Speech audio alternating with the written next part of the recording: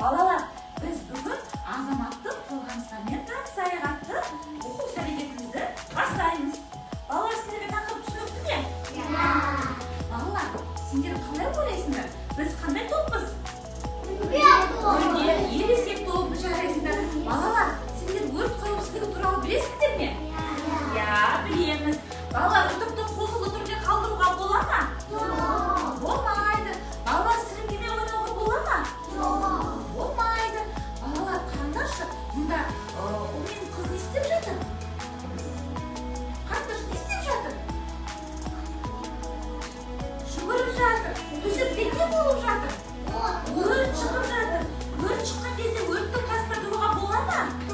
Болмайды. Не істеу керек?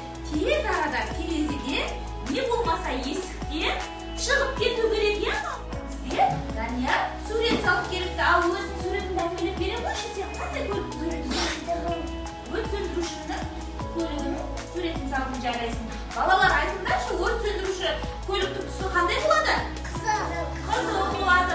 Ал балалар, егер де сендер көлікпен келе жатсаңдар, әкелері рөлде отыратын болса, бізде көшеде бағдаршам деген бар, балалар? Сол кезде жедел жәрдем не болмаса өрт сөндіруші машинасы дабыл қағып келе жатса, не істеу керек машиналар? Жол беру керек па, жол бермеу керек па? Жол беру керек, өйткені олар өте асығыс болады, балалар? Жарайсың, отыра ғой, Дания. Балалар, бізде егерде жер сілкінісі болатын болса, біз не істеуіміз керек, балалар?